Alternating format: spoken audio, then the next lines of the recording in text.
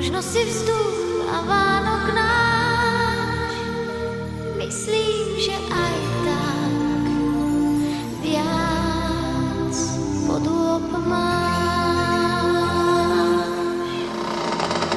Buď chvíľku búrkou nade mnou, pohľaď mi líca dažďom, jak malá iskra preleď domov, všetko ti poviem, si aniel môj. Jak malá iskra preleď domov, všetko ti poviem.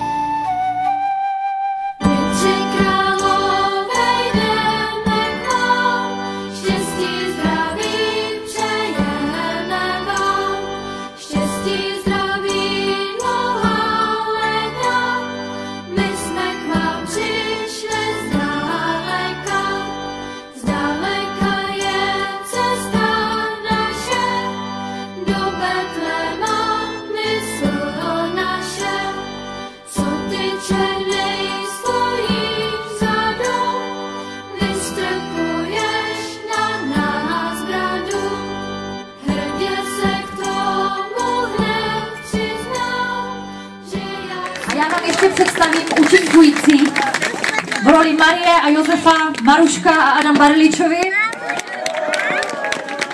Anděle, Monika Pavlínková, Veronika Nováková, Markéta Pavlasová, která je zároveň autorkou Dokonaných křídel, v roli Tří králů, Pepa Šabo, Eliška Pavlasová a Anička Nováková. No a ústřední postavou tohoto Betlému je člověk, který se na svou roli připravoval celých 9 měsíců. Je to nejmladší občan Horní Lhoty aktuálně, Jeníček Herpaj.